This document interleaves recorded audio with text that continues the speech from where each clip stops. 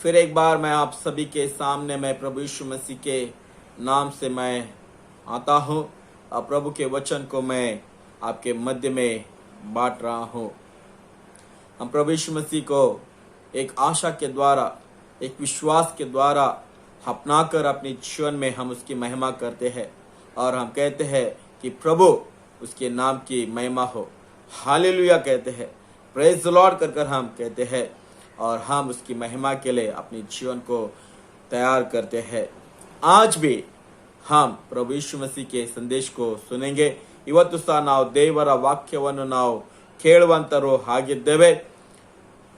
ಹೊಸ ಒಡಂಬಡಿಕೆಯಲ್ಲಿ ಲೂಕನ ಬರೆದ ಸುವಾರ್ತೆ 5ನೇ ಸಂಧಿ 1-11 वचनಗಳು, लूका का लिखा हुआ सुसमाचार उसका 5वां अध्याय 1 से लेकर 11 पद। Gospel according to Luke chapter 5 verses 1 to 11। यहाँ यीशु मसीह एक झील के करीब में आकर, नजदीक आकर, जहां मछुआरे थे और जो मच्छियों को पकड़ने वाले थे, जो उनकी जहाज थी, वहां पर उस नाव में वो बैठकर लोगों को उसने संदेश को दिया, प्रभु के वचन को उसने बांटा और जितने लोग वहां पर उपस्थित थे वे सभी लोगों ने सुना। ಯಾರ್ಯಾರು ಆ ಒಂದು ಸಮುದ್ರ ದಡದಲ್ಲಿ ಇದ್ದರೋ ಅವರೆಲ್ಲರೂ ಯೇಸು ಸ್ವಾಮಿಯ ವಾಕ್ಯವನ್ನು ಕೇಳಿದರು। ಅದರಲ್ಲಿ ನಾವು ನೋಡ್ತೇವೆ, ಸೀಮೋನನು ಅಲ್ಲಿ ಇದ್ದನು, ಆತನ ಮಿತ್ರರು ಇದ್ದರು, ಆತನ ಕುಟುಂಬದವರು ಸಹ ಅಲ್ಲಿ ಇದ್ದರು। ಅವರು ತಮ್ಮ ಬಲೆಗಳನ್ನು ಸರಿಪಡಿಸುತ್ತಾ ಇದ್ದರು। वहां पर सीमोन नाम का व्यक्ति और उसके जो मित्र है, उसके परिवार के लोग हैं, वे जो है जाल को वे सीधा कर रहे थे। यीशु मसीह ने सीमोन जो पतरस है उसको कहा कि तो अपने नाव को लेकर झील के भीतर चला जा और अपने जाल को तो डाल। पतरस ने ये कहा, ए प्रभु, ए गुरु, पूरे रात हमने जो है जाल को बिछाया लेकिन सवेरे हमने कुछ भी नहीं पाया, इसलिए हम लौट कर आकर यहाँ पर जाल को हम सीधा कर रहे हैं। फिर भी आप कहते हो, इसलिए मैं जाता हूं। और इस बात के अनुसार पतरस वहां से निकल पड़ा। नाव में जाकर उसने भीतर जो उसने जाल को डाला और बहुतायी रीति से उसने जो है मछली को उस जाल में फंसे हुए को देखा और उसने अपने मित्र, अपने संगति में जो थे उनको जो है किनारे पे थे उनको बुला लिया। उसने कहा कि तुम आओ मेरी सहायता करो।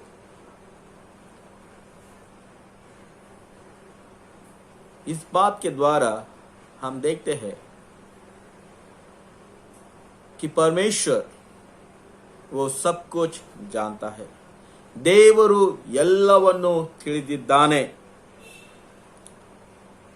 ಆತನು ನಿಸರ್ಗದ ಮೇಲೆ ಸಹ ತನ್ನ प्रभावವನ್ನು हिड़ुवंतनागिದ್ದಾನೆ। परमेश्वर जो है निसर्ग पर भी वो अपने अधिकार को रखता है, अपने अधीन में रखकर सब कुछ चलाता है।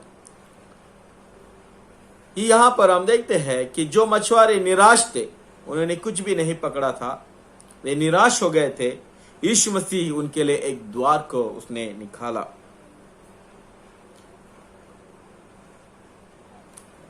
और ये कौन कर सकता है? केवल परमेश्वर कर सकता है। जहां मनुष्य के लिए जो जो द्वार बंद हो चुका है, जहां जितना मेहनत कर कर वो हार गए, कुछ भी उनके हाथ में नहीं आया, उनके लिए परमेश्वर है।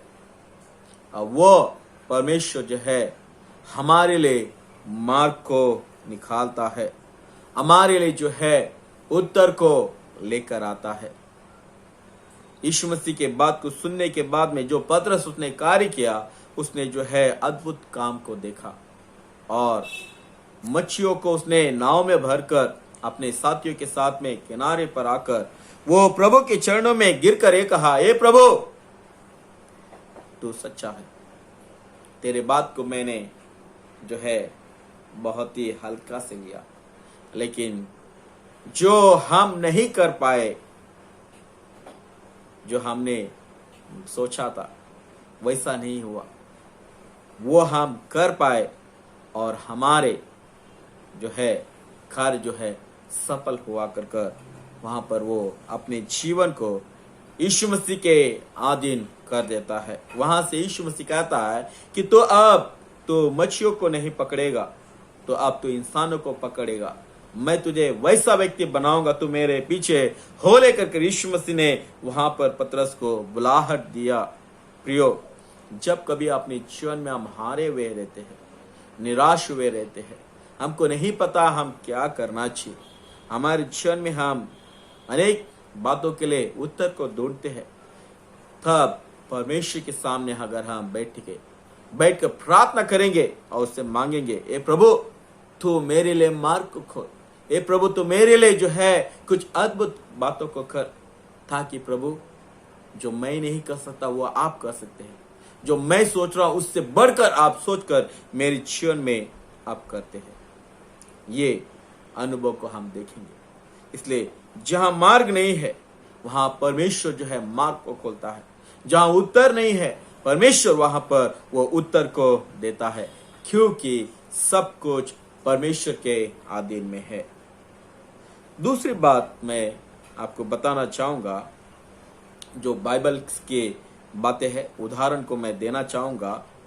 उसी लूका का लिखा हुआ सुसमाचार 9वां अध्याय में हम पढ़े 11, 12, 13 अगर हम वचन को पढ़ेंगे, वहां पर हम देखते हैं यीशु के साथ में जंगल में बहुत से लोग हैं और उन्होंने प्रभु यीशु मसीह का वचन को सुना है।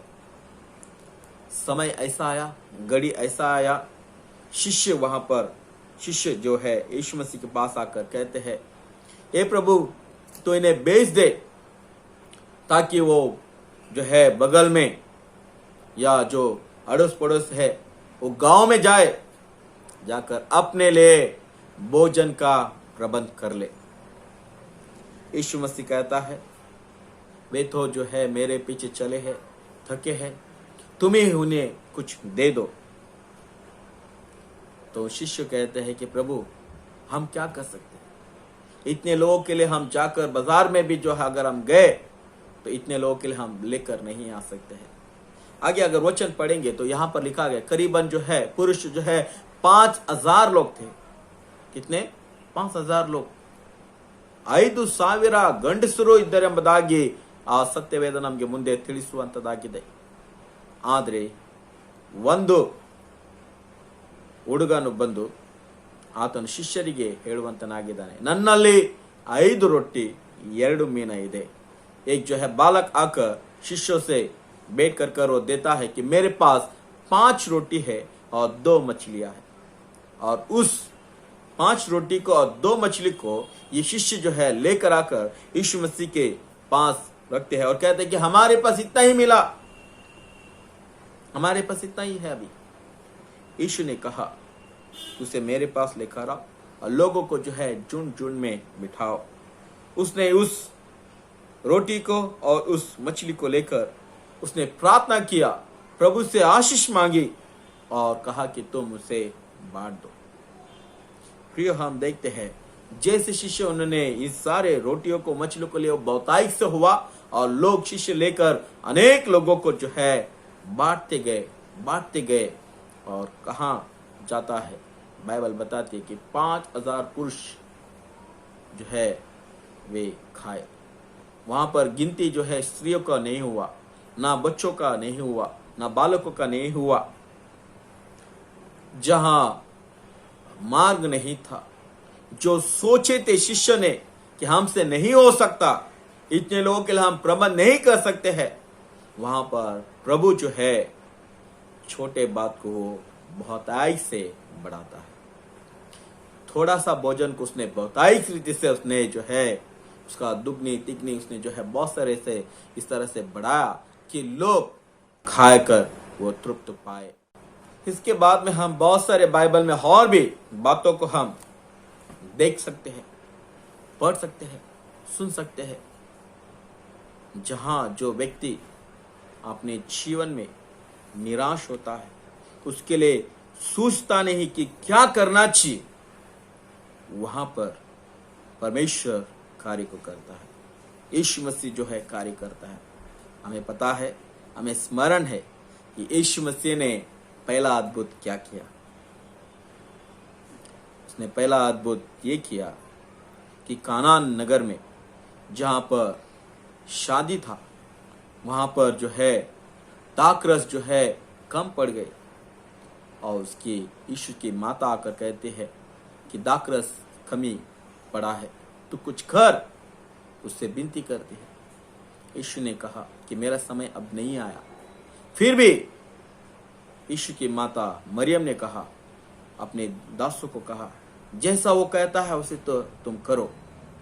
वहां पर लोग जो है बाद में यीशु की बातों को सुने। उन्होंने कहा, यीशु ने कहा कि तुम घड़ों को भर दो। उन्होंने भर दिया।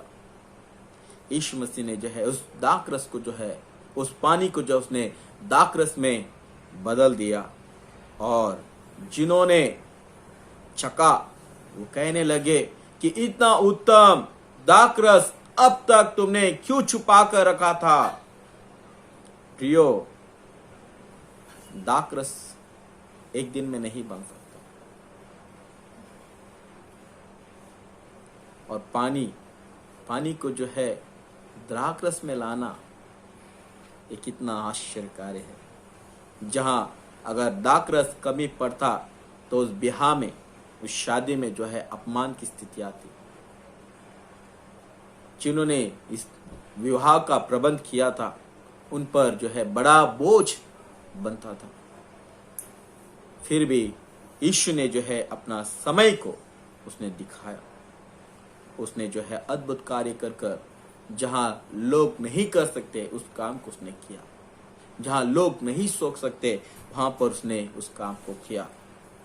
आज हम सभी लोग भारत देश में, और विशेषकर हम मुंबई में है, हम सभी सोच रहे कि क्या स्थिति होगा हमारा देश का, क्या स्थिति होगा हमारा महाराष्ट्र का, क्या स्थिति होगा हमारा मुंबई शहर का, क्योंकि अब तो महामारी आ गई है, जो है कोरोना वायरस जो है फैल गया है। क्या करेंगे कर लोग सोच रहे हैं। मैं ये कहना चाहूँगा कि परमेश्वर जो है सब कुछ वो अपने आधीन में रखता है। ದೇವರು ಎಲ್ಲವನ್ನು ತನ್ನ ನಿಯಂತ್ರಣದಲ್ಲಿ ಆತನು ಇಟ್ಟುಕೊಳ್ಳುವಂತನು ಆಗಿದ್ದಾನೆ। ಆತನು ದಾರಿಯನ್ನು ತೆಗೆಯುವಂತನಾಗಿದ್ದಾನೆ। यीशु मसीह वो परमेश्वर है, वो सब कुछ अपने आधीन में रखता है। वो मार्ग को निकालेगा, लोगों को जो है जहां सूझता नहीं वहां सोच की बातों को देगा। जहां वह बल से बलहीन बन गए, परमेश्वर उनको वहां पर बल देगा। इसलिए मैं कहना चाहूंगा कि परमेश्वर जो है हमारे साथ में, वो हमारे लिए जो है मार्ग को निकालेगा। पिछले हफ्ता में लोग ये कह दिए थे कि मुंबई शहर पे या महाराष्ट्र के जो है समुद्र किनारे पर जो बड़ा जो है साइक्लोन आ जाएगा, कहीं शहर जो है तबाही होंगे। कुछ हद तक हो गया, लेकिन जो सोचे थे वो नहीं हुआ। परमेश्वर हमारी प्रार्थना को सुनता है। वो अपने बच्चों को वो कभी जो है हानि में नहीं रखेगा, वो हमको छुड़ाकर लेकर आएगा। ये उदाहरण हम मुंबई शहर के लिए देखते हैं। और हमारे देश में बहुत सारा अलग अलग विपत्ति आ चुकी है। आज किसी को काम नहीं मिल रहा है, किसी का जो उद्योग था, काम धंधा था, वो सब कुछ रुक गया है।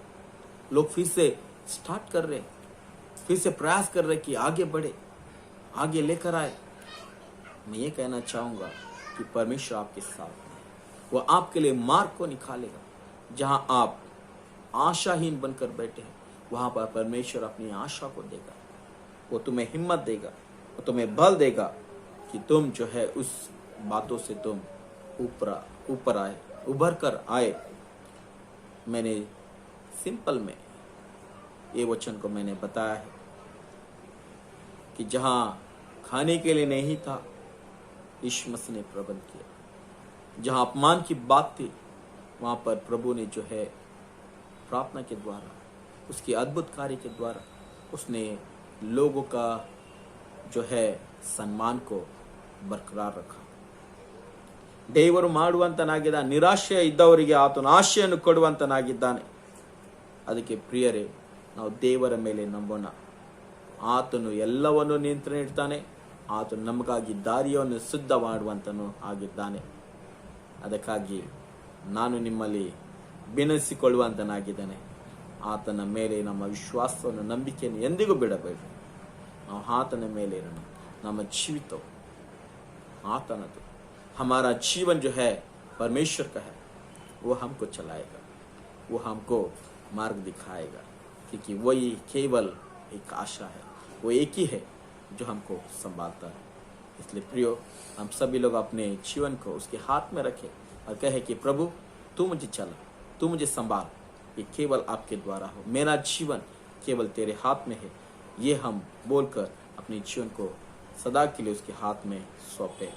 हम सभी अपने सरों को झुकाए, इस समय हम प्रार्थना करेंगे, मन पूर्वक से प्रार्थना करेंगे कि प्रभु हमारे जीवन को अपने अधीन में रखकर वो हमें चलाए, अपने विचारों को हमको दे, अपनी आशा को हमको दे, अपने मार्ग को हमें दिखाए। प्रार्थना करेंगे। स्वर्गीय परमेश्वर, आपको हम धन्यवाद देते हैं कि आप हमारे जीवन के प्रभु है। पतरस ने अपने जीवन में मान लिया कि आप प्रभु है। प्रभु जी, प्रार्थना करते हैं हमारे जीवन को आपके अधीन में रख, अपने सारे विचारों को हम तेरे हाथों में सौंपते। जहां प्रभु जी हम नहीं कर पाते हैं, हम हार चुके हैं, वहां पर प्रभु आप हमें सहायता दे, बल दे, हिम्मत दे, अपने जीवन को, अपने परिवार को चलाने की एक प्रभु एक शक्ति हमें देने के लिए आपसे हम प्रार्थना करते हैं। होने दे प्रभु, जो वचन हमने सुना है हमारे जीवन में कार्य करे, हमारे अंदर विश्वास को जगाए, और दिन ब दिन हर क्षण प्रभु तेरे कार्य को देखकर हम ये कहे कि आप हमारे लिए मार्ग को सिद्ध किए हैं, आप हमें चला रहे हैं। कर प्रार्थना करते हैं प्रभु, हमारे देश को प्रभु तेरे हाथों में सौंपते हैं। प्रभु जी, ऐसा लगता है कि हम जो मनुष्य है उसको अधीन नहीं कर पाए, लेकिन आप है प्रभु मनुष्य को बल दे रहे हैं कि हम हर एक विपत्ति से हम लड़ सके, हर एक बीमारी से प्रभु हम लड़ सके, सहायता दे रहे। इसलिए आपको हम धन्यवाद देते हैं और प्रार्थना करते हैं जितने लोग बेरोजगार है उन्हें तो प्रभु उनकी दिन की रोटी देने के लिए आपसे हम विनती करते हैं। प्रभु, जो निराश हो चुके हैं, अपने प्रिय को खोए हैं, उन्हें तो सांत्वना दे, उनके लिए तो मार्ग को खोल, जीवन दिखा प्रभु, ताकि वे आगे अपने अच्छे दिन को देख सके। प्रार्थना करते हैं जितने लोगों ने इस वचन को सुना है उसके जीवन में प्रभु तो बहुताई से कार्य करने के लिए आपसे विनती करते हैं, क्योंकि आप अपने वचन के द्वारा ही प्रभु मनुष्य से बात करते हैं और बल भी देने वाले परमेश्वर है। हम विश्वास करते हुए हमारी प्रार्थना को हम प्रभु यीशु के मीठे और पवित्र नाम से हम मांगते हैं, आमीन। हम प्रभु की प्रार्थना बोले अपनी अपनी भाषा में। ಪರಲೋಕದ ತಂದೆ, ನಿನ್ನ ನಾಮ ಪುರುಷಿಸಲ್ಪಡಲಿ, ನಿನ್ನ ರಾಜ್ಯ ಬರಲಿ, ನಿನ್ನ ಚಿತ್ತ ಪರಲೋಕದಲ್ಲಿ ನೆರವೇರ ಪ್ರಕಾರ ಭೂಲೋಕದಲ್ಲಿ ನೆರವೇರಲಿ। ನಮ್ಮನಿದ ಆಹಾರ ನಮಗೆ ದಯಪಾಲಿಸಿಕೊಡು, ನಮಗೆ ತಪ್ಪು ಮಾಡುವರು ನಾವು ಕ್ಷಮಿಸುವಂತೆ ನಮ್ಮ ತಪ್ಪುಗಳನ್ನು ಕ್ಷಮಿಸು, ನಮ್ಮನ್ನು ಶೋಧನೆಗೆ ಸೇರಿಸದೆ ಕೇಳಿಂದ ತಪ್ಪಿಸು। ಯಾಕಂದ್ರೆ ರಾಜ್ಯ ಬಲವು ಮಹಿಮೆ ಸದಾಕಾಲವು ನಿಂದೆ ಸ್ವಾಮಿ, ಆಮೇನ್। ಈಗಲೂ ನಮ್ಮ ಕರ್ತನಾಗಿರುವಂತಹ ಯೇಸು ಕ್ರಿಸ್ತನ ಕೃಪೆಯು, ತಂದೆ ದೇವರ ಪ್ರೀತಿ, ಪರಿಶುದ್ಧಾತ್ಮನ ಅನುತೆ ಸಹವಾಸವು ನಮ್ಮೆಲ್ಲರ ಜೀವಿತದೊಂದಿಗೆ ವಿಶೇಷವಾಗಿ ವಾಕ್ಯವನ್ನು ಕೇಳುವಂತ ಪ್ರತಿಯೊಂದು ಆತ್ಮದೊಂದಿಗೆ ಇಂದಿಗೂ ಎಂದೆಂದಿಗೂ ನೆಲೆಯಾಗಿರಲಿ. आमीन. फिर एक बार आप सभी को मैं धन्यवाद देना चाहता हूं कि आप मेरे संदेश को सुन रहे हैं और इसके द्वारा आप प्रेरित भी हो रहे हैं. मैं आप सभी को धन्यवाद देता हूं. प्रभु आप सभी को आशीष दे और आप भी अपने जीवन में जो है परमेश्वर पर विश्वास रखते हुए अपने जीवन को बढ़ाए. प्रभु आपके साथ में हो. आमीन.